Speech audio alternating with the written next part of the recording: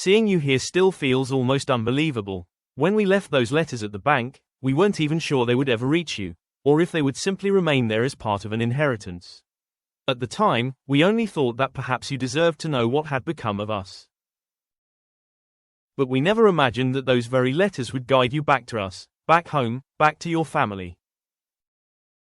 For them, simply being surrounded by their own blood, their family, is something incredibly beautiful. And it's wonderful to see Flory again. She's such a talented actress, and she's grown so much since the previous season. Now her character finally has something she has long been searching for, a home and a family to belong to. That sense of belonging becomes a powerful thread that carries their story forward. Of course, there are still many unanswered questions. Memories, mysteries, and pieces of the story that have yet to fully reveal themselves. As the season unfolds, Jamie and Claire begin to revisit everything that has happened, trying to understand how it all came to pass.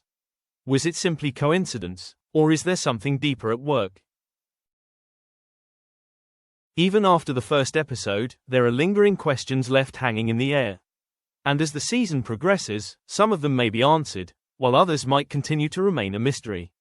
We didn't want audiences to wait too long for certain reveals, especially because between seasons Jamie and Claire went through so much, emotionally and personally. Their journey brought him to a very significant place, and we wanted to honor that part of their story. It was also incredibly fun to have Lauren and Cesar return, along with their children.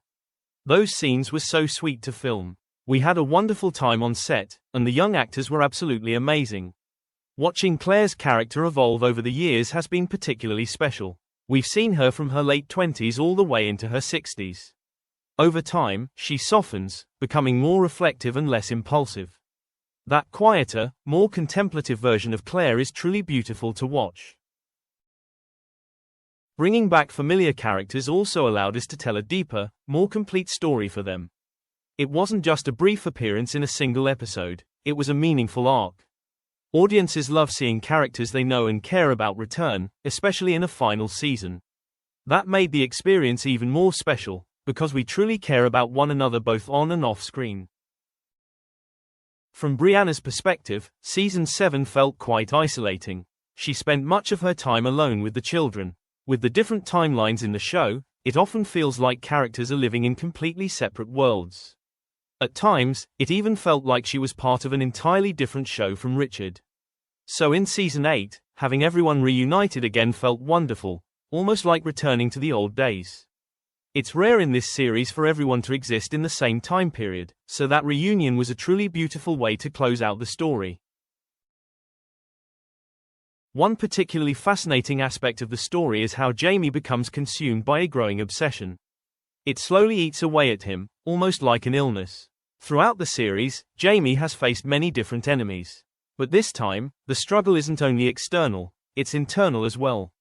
The thoughts begin to haunt him, even creating tension between him and Claire. At one point, Jamie even begins to hear Frank's voice. This forces him to question the book, whether it's truly trustworthy or if there might be another motive behind it. In the past, they've heard predictions about their fate and tried to fight against them. But now they understand just how difficult it is to escape destiny. For Jamie, this becomes a real test of his mental and emotional strength. Originally, we hoped Tobias could appear physically, but his schedule was incredibly busy. Thankfully, he was still able to contribute his voice. That raises an interesting question. Is Jamie hearing Frank, or Blackjack? Because they look so similar, Jamie can't fully separate the two in his mind. Jamie is haunted by the fact that the man he sees resembles the one who once tortured him, and that Claire could have been married to that man. But Claire doesn't see Frank that way at all. To her, Frank is simply Frank, not Blackjack. So when Jamie brings it up, Claire genuinely doesn't understand what he's referring to. What Jamie really wants to know is whether Frank can be trusted.